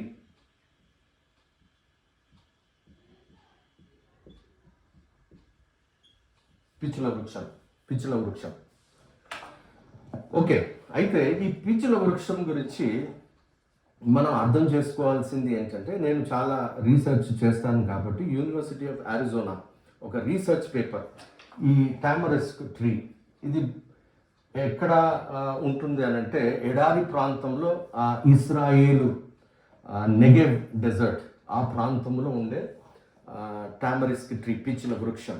అయితే ఈ పీచుల వృక్షం గురించి మీరు అర్థం చేసుకోవాల్సింది ఏమిటి అని అంటే, అది బంజరి భూమిలో, ఎడారిలో కూడా అది మరి ఎదుగుతుంది అని అర్థం. అంటే మీరు అర్థం చేసుకోవాల్సింది ఏంటి అని అంటే, ఒకవేళ మీరు వరి పొలము నాటితే ఒక మానవ ప్రయత్నం అక్కడ ఖచ్చితంగా చేయాల్సిందే. ఎందుకంటే వరి నాట్లు మనుషులు ఉండి అక్కడ వరిని నాటుతూ ఉంటారు. అంటే మనుష్య ప్రమేయము తప్పకుండా ఉంటుంది. ఒక వరి చెట్టు వరి పొలంలో ఒక వరి మొక్క ఎదగాలి అంటే మనుషులు నాటాలి, దాన్ని దున్నాలి అలా. సో బంజరు భూమి లేదంటే ఎడారిని ఎవరైనా దున్నుతారంటే ఎవరు దున్నరు. మరి మనుష్య ప్రమేయము ఉండాలి అని అంటే అక్కడ నీళ్ళే ఉండవు. మనుష్య ప్రమేయం ఎలా ఉంటుంది? సో మనుష్య ప్రమేయం లేకుండా పీచుల వృక్షము ఎలాగ ఎదుగుతుందో మీరు చూడండి, నేను చెప్తాను ఇప్పుడు.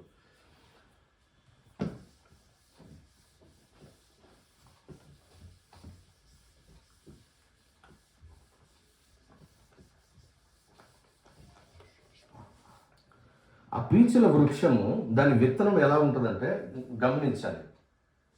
ఒక చిన్న డాట్, దానికి ఫెదర్స్ లాంటి ఈకలు ఇలా ఉంటాయి. ఈ ఫెదర్స్ లాంటి ఈకలు ఏవైతే ఉన్నాయో ఇట్లా స్ట్రైట్గా ఉంటాయి. అవి మధ్యలో విత్తనం. అంటే ఇది ఇట్ ఫ్లోట్స్ ఇన్ ఎయిర్, అంటే గాలిలో అది తేలియాడుతూ వెళ్తుంది. గాలిలో తేలియాడడం అది ఎక్కడ వెళ్తుంది అని అంటే ఇదిగో బంజరి భూమి, ఎడారి, ఇట్లా పోయి ఇక్కడ పడుతుంది ఆ విత్తనం. ఆ విత్తనము ఈ నేలలో పడి చస్తుంది, అంతే కదండి. గాలిలో తేలియాడుతూ, నేను మళ్ళీ చెప్తున్నాను ఇక్కడ, న్యూమా ప్లస్ సీడ్, గాలి ప్లస్ విత్తనము. రెడ్ అనేది చూడండి, గాలి ప్లస్ విత్తనము. చూసారా, ఇక్కడ కూడా అదే, గాలి ప్లస్ విత్తనం. అక్కడ ఆదాముని మనం డిస్కస్ చేసాం కదా, గాలి ప్లస్ విత్తనము. విత్తనం ఇక్కడ పడి చచ్చి ఏం మొలుస్తుంది? పీచుల వృక్షం. ఆ పీచుల వృక్షం ఏంటంటే దాని విశిష్టత ఏంటంటే సంవత్సరానికి 5 లక్షల విత్తనములు అందులో నుంచి వస్తాయి. 5 లక్షలు అనంటే చూడండి, మానవ ప్రయత్నం లేదు, మానవ ప్రయత్నం ఏమాత్రము కూడా లేదు. చూడండి, గాలికి ఇక్కడ కూడా ఆదాములో మానవ ప్రయత్నం ఏమైనా ఉందా? ఏమీ లేదు. నాసికారంధ్రములలో జీవవాయువు, అంటే వాయువు అన్నప్పుడు గాలి ప్లస్ విత్తనం అర్థం చేసుకోవాలి. ఇక్కడ కూడా గాలి ప్లస్ విత్తనము. ఇక్కడ విత్తనము పడి చచ్చినప్పుడు పీచుల వృక్షము ఎదుగుతుంది. ఆ పీచుల వృక్షం ఇంకొక 5 లక్షల విత్తనములు సంవత్సరానికి. అంటే చూడండి ఎంత వ్యాప్తి చెందుతుందో. అబ్రహాము సంతానము కూడా ఆ పీచుల వృక్షం వలె ఆత్మ సంతానము అని అర్థము. ఆత్మ వలన పుట్టిన వారు అని అర్థం. అంటే వాగ్దానమును ఆధారం చేసుకొని పుట్టినవారు అని అర్థము. గళితీయులకు రాసిన పత్రిక 4వ అధ్యాయంలో ఒక ఇంట్రెస్టింగ్ చక్కటి మాట ఉంటుంది. నేను మీకు చదివి వినిపిస్తాను, అది చూడండి మీరు. గళితీయులకు రాసిన పత్రిక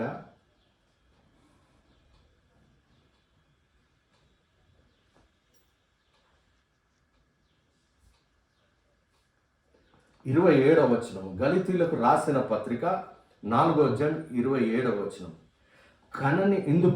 కనని గొడ్రాల సంతోషించుము, ప్రసవ వేదని పడని దాన బిగ్గరగా కేకలు వేయుము. ఏలయనగా పెనిమిటి గలదాని పిల్లల కంటే పెనిమిటి లేనిదాని పిల్లలు ఎక్కువ మంది ఉన్నారు అని వ్రాయబడి ఉంది. పెనిమిటి గల స్త్రీ, పెనిమిటి లేని స్త్రీ. ఇక్కడ చూడండి, మానవ ప్రయత్నము లేకుండా ఇక్కడ ఆ విత్తనము గాలిలో తేలియాడుతూ అక్కడ పడి చచ్చి ఒక మహావృక్షము. మళ్ళీ 5 లక్షల విత్తనములు. అందుకనే ఇక్కడ ఏం చెప్తున్నాడు, అక్కడ కూడా సారా హాగరు గురించే పోలుస్తూ పౌలు భక్తుడు చెప్తాడు. అవన్నీ ఇప్పుడు చెప్పడం వీలు కాదు, కానీ మీరు చదువుకోండి 4వ అధ్యాయంలో గమనించాలి. మళ్ళీ చదువుతాను. కనని గొడ్రాల సంతోషించుము, ప్రసవ వేదన పడని దాన బిగ్గరగా కేకలు వేయుము. ఏలయనగా పెనిమిటి గలదాని పిల్లల కంటే పెనిమిటి లేని దాని పిల్లలు ఎక్కువ మంది ఉన్నారు. చూడండి, 5 లక్షల విత్తనములు. ఇక్కడ నేను క్రీస్తుని తీసుకొని రావాలి. క్రీస్తు కూడా పెనిమిటి అంటే దాని అర్థం ఏమిటి? పురుషుడు లేకుండా పరిశుద్ధాత్మ వలన మరి యేసు క్రీస్తు ప్రభు వారి జననం కూడా, అది కూడా నేను ఇక్కడ మీకు ఎక్స్ప్లెయిన్ చేస్తాను ప్రియమైన దేవుని బిడ్డలారా. అంటే ఈ వృక్షము, ఆ పీచుల వృక్షము, ఆయన ఏమీ ఆలోచన, నేను ఆ research paper university of Arizona మీరు చూడండి, ఒకవేళ మీరు గూగుల్ చేయగలిగితే యూనివర్సిటీ ఆఫ్ అరిజోనాలో రీసెర్చ్ పేపర్, అది ఒక థీసిస్ రీసెర్చ్ పేపర్. అంటే it's a very good university, అది ఆషామాషి యూనివర్సిటీ కాదు. Please refer and go to that university and read about tamarisk. One interesting thing ఇంకోటి ఏంటంటే, ఈ ఆకులు కూడా, ఆకులు తర్వాత ఈ కొమ్మలు కూడా ఉప్పు ఉంటుంది. ఉప్పు దేనికి సూచన? ఉప్పు నమ్మకత్వాన్ని సూచిస్తుంది. నువ్వు నమ్మకము గలవాడవైతే ఆత్మ మూలముగా నువ్వు జన్మించిన వాడవుగా ఉంటావు. అంటే ఈ ఉప్పు, ఆ చెట్టు కూడా ఎలా ఉంటుందంటే మొత్తము ఇక్కడ నుంచి కొమ్మల నుంచి ఆకుల మీద అంతా ఉప్పు ఉంటుంది. అంటే ఉప్పు విశ్వాసమునకు గుర్తు. ఎందుకంటే నమ్మకమైన వాడు కుమారుడు, నమ్మకమైన వాడు తండ్రి, విధేయుడగు తండ్రి. నీవు నేను విధేయుడైనప్పుడు, ఇదిగో గొడ్రాలా సంతోషించుము, పెనిమిటి లేనిదానా సంతోషించము అని ఇక్కడ పరిశుద్ధ గ్రంథము చెబుతా ఉంది ప్రియమైన దేవుని బిడ్డలారా. కాబట్టి ఆదాము ఏ విధంగా మరి ఉనికిలోనికి వచ్చాడో మీకు తెలుసు. ఇప్పుడు దేవుడు తానే ఉనికిలోనికి ఎలా వచ్చాడో అంటే క్రీస్తుగా, అది మనం ధ్యానిద్దాం. ఇందాక నేను చెప్పినట్లుగా మీరు గమనించినట్లయితే లూకాసు వార్త మొదటి అధ్యాయము 35వ వచనం. లూకాసు వార్త మొదటి అధ్యాయము 35వ వచనం. ఒక్క నిమిషం నేనే చదువుతాను.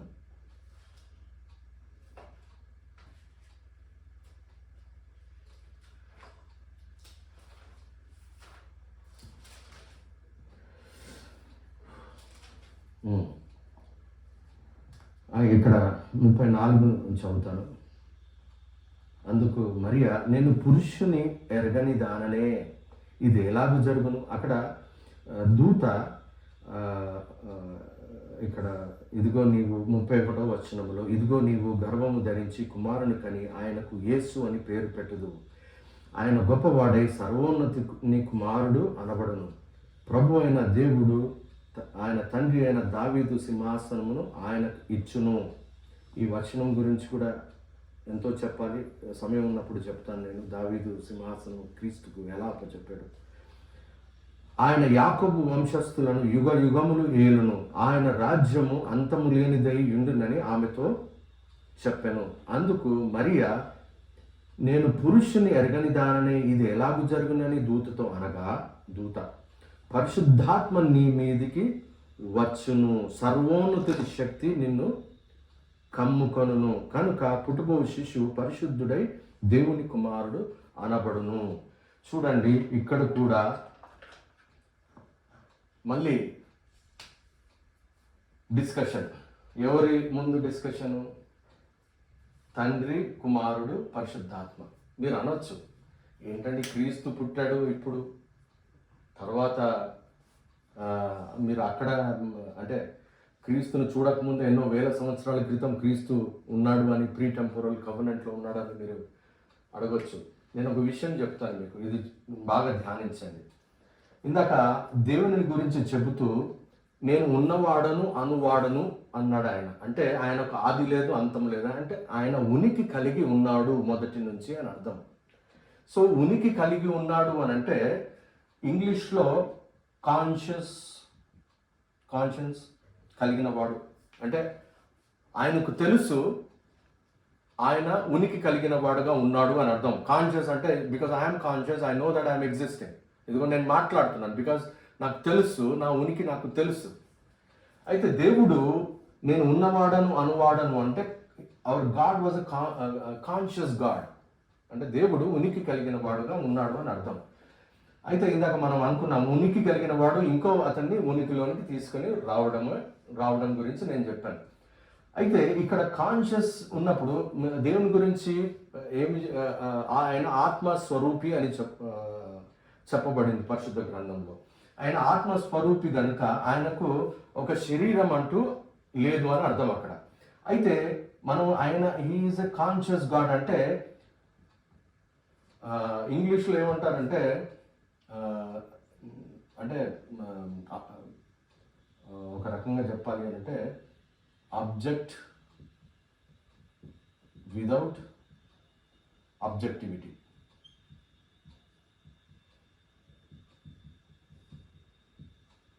అంటే దాని అర్థం ఏమిటి అంటే కనబడని దేవుడు. అంటే ఇక్కడ చూడండి, కాన్షియస్ మైండ్కి ఎప్పుడైనా కానీ ఐడియాస్ ఉంటాయి.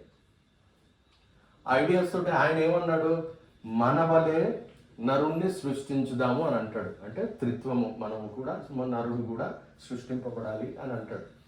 కాబట్టి ఇక్కడ ఏమిటి అని అంటే మానవ రూపము ఎక్కడ ఉన్నది అంటే దేవునికి తెలుసు మానవ రూపము ఎక్కడ ఆయన మనసులో లేకపోతే ఆయన మైండ్లో ఉన్నది.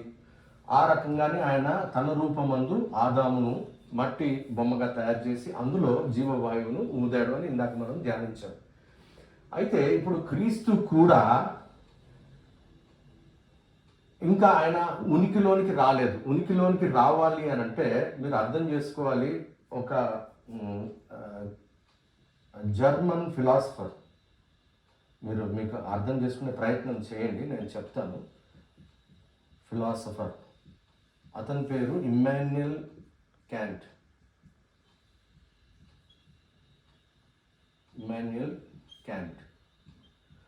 అతను ఏమంటాడు అని అంటే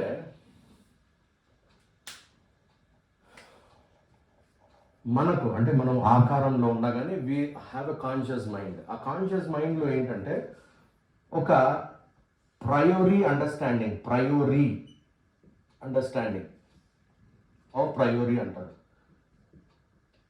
అంటే దాని అర్థం ఏంటంటే ఇప్పుడు బాల్ అనే ఒక బంతి గురించి నేను చెప్పాను అనుకోండి. బంతి అనేది దాని గురించి మీకు ఒక అండర్స్టాండింగ్ ఉంది. బంతి అంటే ఎలా ఉంటుంది అని అంటే మీరు చూడకుండానే చెప్తారు, దాన్ని రౌండ్గా ఉంటుంది, అది నేల మీద కొడితే అది రీబౌండ్ అవుతుంది అని ఎవరని చెప్తారు. సో దాని అర్థం ఏంటంటే ఆ ప్రయోరీ అంటే దాన్ని ఆ బాల్ని చేతిలో పట్టుకొని చూడకముందే బాల్ గురించి నీకు తెలుసు. బాల్ని చేతిలో ఇప్పుడు మొబైల్ని చేతిలో పట్టుకునే ముందు ఈ మొబైల్ ఏంటో నాకు అది ఎలా ఉంటుందో నా మైండ్లో ఉంది అది ఆల్రెడీ. అంటే a conscious mind always has a priori understanding. అంటే దానిని అనుభవించే ముందు, అంటే ఒక మొబైల్ ఫోన్ని ఎట్లా అనుభవిస్తాను అని అంటే నా చేతులతో పట్టుకొని కళ్ళు మూసుకున్నా కానీ ఇది ఎలా ఉందో నేను చెప్పగలను. ఎందుకంటే దీన్ని ఇంగ్లీష్లో ఫిలాసఫర్స్ ఏమంటారంటే దీన్ని ఎక్స్పీరియన్స్ అంటారు. ఎక్స్పీరియన్సింగ్ అన్ ఆబ్జెక్ట్ అంటే దాన్ని experiencing an object is a posterior.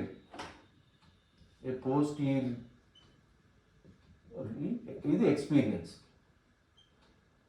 So ఉనికి కలిగిన వాడు కాన్షియస్ మైండ్కి ఆల్రెడీ ఒక ప్రయరీ అండర్స్టాండింగ్ ఉంటుంది.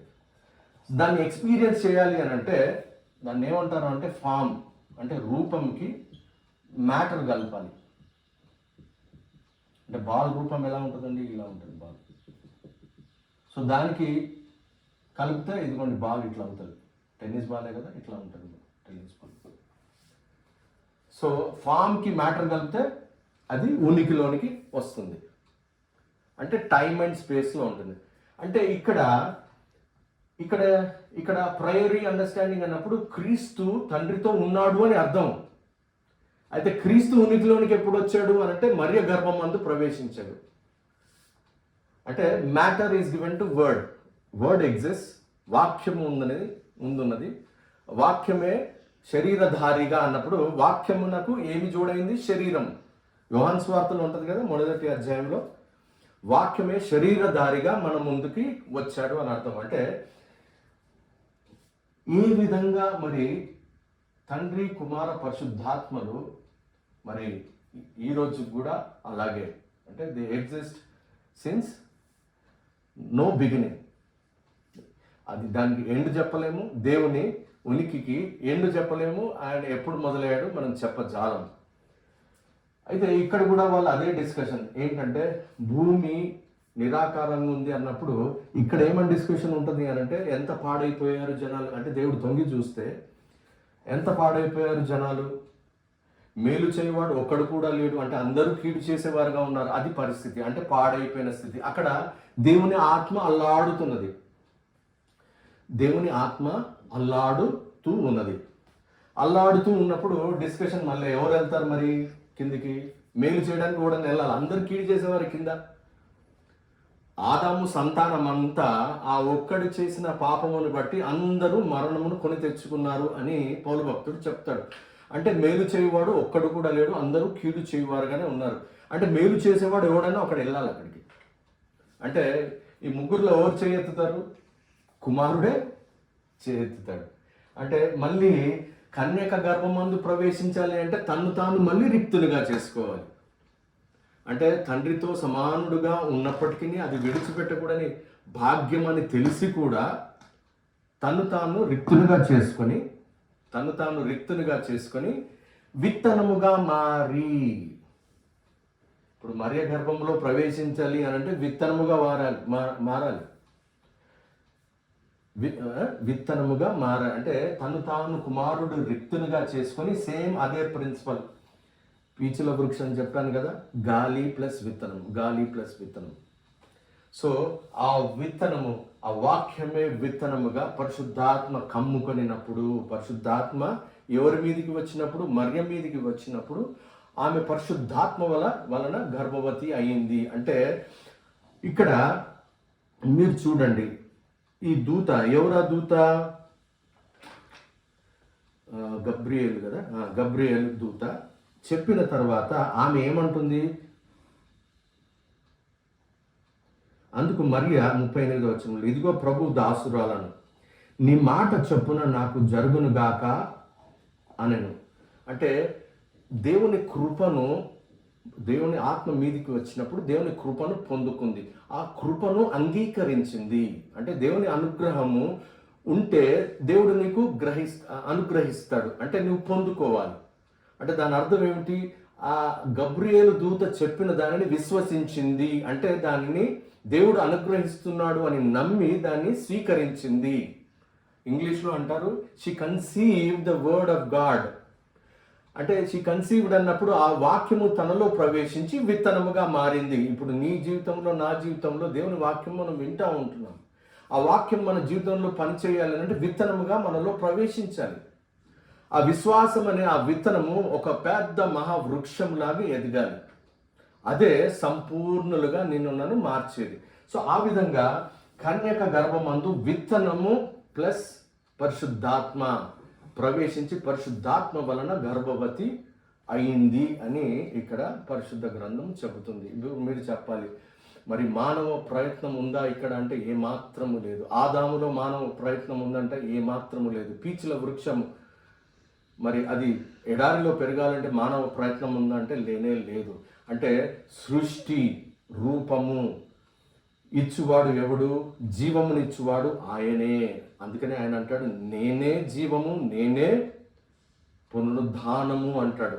అంటే క్వికనింగ్ స్పిరిట్, జీవింప చేయు ఆత్మ క్రీస్తు మాత్రమే. మీరు చూడండి ఇక్కడ మరి 1 కొరింథీ 15వ అధ్యాయము, ఆ అధ్యాయము చాలా విపులీకరించి చెప్పాలి, కానీ ఇప్పుడు నేను చెప్పదలుచుకోలేదు. నెక్స్ట్ టైం ఎప్పుడైనా దాని గురించి నేను చెప్తాను విపులీకరించి. కానీ మీరు ఇక్కడ అర్థం చేసుకోవాల్సింది ఏమిటి అని అంటే, ఆ వచనం నేను చదువుతాను. ఇందు విషయమై ఆదామను మీకు వచనం చెప్పలేదు కదా, 1 కొరింథీ 15వ అధ్యాయము 45వ వచనం. ఇందు విషయమై ఆదామును మొదటి మనుష్యుడు జీవించు ప్రాణి ఆయనని వ్రాయబడి ఉన్నది. ఇందు విషయమై ఆదామును మొదటి మనుష్యుడు జీవించు ప్రాణి ఆయనని వ్రాయబడి ఉన్నది. కడపటి ఆదాము జీవింపచేయు ఆత్మ ఆయను. అంటే నీవు నేను జీవించు ప్రాణులమే. మనల్ని జీవింపచేయువాడు పరిశుద్ధాత్ముడు, అంటే క్రీస్తు యేసునకు కలిగిన ఆత్మ నీవు కలిగి ఉంటే, ప్రియమైన దేవుని సంగమా, ప్రియమైన దేవుని బిడ్డలారా, క్రీస్తు యేసునకు కలిగిన ఆత్మ నీలో ఉంటే నిన్ను కూడా జీవింపచేయువాడు ఆయనే. ఇదిగో యేసు క్రీస్తు ప్రభు వారిని లేపిన, మృతుల్లో నుండి లేపిన వాని ఆత్మ నిన్ను కూడా మృతులలో నుంచి లేపుతుంది అని అర్థం. అయితే ప్రియమైన దేవుని బిడ్డలారా, ఇప్పుడు మనం ధ్యానించింది రూపం గురించి, మరి నిబంధన గురించి, రక్తం గురించి, బలిపీఠం గురించి మనం ధ్యానించాం, క్రీస్తు జననం గురించి ధ్యానించాం. మరి అలాగే మరి అబ్రహాము ఆ పీచుల వృక్షం ఎందు నిమిత్తమే నాటాడు, మరి దాని గురించి మనం చదివాం. మరి తండ్రి కుమార పరిశుద్ధాత్మల మధ్యలో ఉన్న రిలేషన్షిప్ ఏ విధంగా ఉన్నదో దాన్ని కూడా మనం ధ్యానించాము. అయితే దీనికి అనుగుణంగా మనం బారా కూడా ధ్యానించాము, బేరీతు ధ్యానించాము, హాయా ధ్యానించాము, జీవము ధ్యానించాము. హాయా అంటే జీవము, ఉనికి ధ్యానించాము. బారా అంటే విత్తనం, రూపము. ఆ రూపము మరి ఆ రూపింపబడము అనంటే నిబంధనతో అది పోలుస్తూ కూడా నేను వివరించాను, అది కూడా మీరు విన్నారు. అయితే ఇప్పుడు మనం గమనించాల్సింది ఏంటంటే పునరుద్ధానం గురించి కూడా మనం ధ్యానించాలి. ఇప్పుడు సమయం సరిపోదు. నెక్స్ట్ వీడియోలో నేను పునరుద్ధానం గురించి ఇదే క్రమంలో చెప్తాను. సృష్టి క్రమంలోనే పునరుద్ధానం గురించి మీకు చెప్తాను. ఇది పరిశుద్ధాత్మ చేత మాత్రమే ప్రేరేపింపబడిన వాక్యము. బైబిల్ గ్రంథంలో ఉన్నది సత్యము, అందులో ఏ డౌట్ లేదు. అందులో దేన్ని కూడా మనము మార్చడానికి వీలు లేదు. కానీ పరిశుద్ధాత్మను పొందుకుంటే ఆయన సర్వసత్యంలోనికి నడిపిస్తాడు. వాక్యం విత్తనమని, ఇదిగో ఈ విధంగా పీచుల వృక్షం గురించి, ఈ విధంగా ఇదిగో మరి ఆదాము పుట్టిన క్రమం గురించి, యేసుక్రీస్తు ప్రభు వారి జననం గురించి పరిశుద్ధాత్మ దేవుడే మాత్రమే సాక్ష్యము చెప్పగలడు. ప్రేమ దేవుని సంగమా, కాబట్టి ఈ వాక్యం ఇంతటితో నేను ముగిస్తాను. ఓ చిన్న ప్రార్థన. తండ్రి నీకు స్తోత్రములు ప్రభా, పరిశుద్ధుడా నాయన, ఇంతవరకు మా ప్రభా నీవు నాలో ఉండి నాయన ఇదిగో క్రీస్తుకు సాక్షిగా మా ప్రభు నాయన ఇదిగో పరిశుద్ధాత్మ దేవుడు నాలో నుంచి బయలుపరిచిన ఆ సాక్ష్యము నాయన ఇదిగో మీరు నాయన ఇదిగో మరి ఆ బిడ్డలు ఎవరైతే నాయన యూట్యూబ్లో చూస్తూ ఉన్నారో వారు విన్నారు మా ప్రభు నాయన. ఇదిగో నాయన వారిని కనికరించండి, ఇంకా బలపడటానికి నీ కృపను అనుగ్రహించమని వేడుకుంటున్నాను. అలాగూ చేసి మహిమను పొందుకొనమని, ఆశీర్వాదకరంగా వారిని చేసి నాయన ఇదిగో విత్తనం వలె వాక్యం వారి హృదయంలో చేరి నాయన ఫలించగలుగున్నట్లు గొప్ప కార్యమును జరిగించమని మా ప్రభువును ప్రియరక్షకుడు యేసుక్రీస్తు నామమున అడిగి ప్రార్థించి వేడుకుంటున్నాను తండ్రి, ఆమేన్. ప్రియమైన దేవుని బిడ్డలారా, ఇది యూట్యూబ్ పరిచర్య కాబట్టి ఛానల్ పేరు నేను ఆల్టర్ అని పెట్టాను. అది తెలుగులో మీకు చెప్పబడుతుంది. మీరు దయచేసి మరి విన్నవారు, ఈ వాక్యము విన్నవారు మీరు ఈ ఛానల్ని సబ్స్క్రైబ్ చేసుకోండి, బెల్ ఐకాన్ నొక్కండి, మీకు నోటిఫికేషన్స్ వస్తూ ఉంటాయి. మరి లైక్ చేయండి. మరి దీన్ని కమెంట్స్ అయితే నేను డిసేబుల్ చేశాను, కానీ మీరు దీనిని లైక్ చేయొచ్చు. తర్వాత ఇంగ్లీష్లో ద పుల్పిట్ అనే ఛానల్ ఉంది. ఇదే నేను ఇంగ్లీష్లో కూడా మళ్ళీ ప్రసంగించబోతున్నాను. వీలైన వారు మీరు ఇంగ్లీష్లో వినొచ్చు, తెలుగులో వినొచ్చు. మరి మీ స్నేహితులకు, మరి ఇతర క్రైస్తవ బిడ్డలకి మీరు దాన్ని షేర్ చేసుకోవచ్చు. మరీ ముఖ్యంగా నేను మళ్ళీ చెప్తున్నాను, మీ ఆలయము, మీ సంఘము, మీరు ఎదిగే తోట అది, దానిని విడిచిపెట్టకూడదు. ప్రియమైన దేవుని బిడ్డలారా, అక్కడ మరి పరిశుద్ధాత్మ దేవుడు ఉన్నాడా, అక్కడ వాక్యము సరిగ్గా ఉన్నదా, అది గ్రహించుకోనండి. అక్కడే మీరు ఎదగాలి. మరి మీ సంఘం కొరకే మీరు ప్రార్థన చేయాలి, మీ సంఘంలోనే మీరు ఎదగాలి. ఈ చెప్పబడే ఈ వాక్యము మీరు మీ ఫ్రీ టైంలో, మీకు అడిషనల్ టైము దేవుడు మీకు ఇస్తే తప్పకుండా మీరు వీక్షించండి, ఆశీర్వాదములు పొందుకోనండి. మరి మరి మీరు తప్పకుండా మరి ఈ రెండు ఛానల్స్ పుల్పిట్ని అలాగే మరి ఆల్టర్ని, ఈ రెండింటిని కూడా మీరు సబ్స్క్రైబ్ చేసుకొని మరి బెల్ ఐకాన్ ప్రెస్ చేయండి. మీరు ఆశీర్వదింపబడండి. దయచేసి వీడియోస్ని కూడా లైక్ చేయండి. దేవుడు మిమ్మల్ని దీవించును గాక.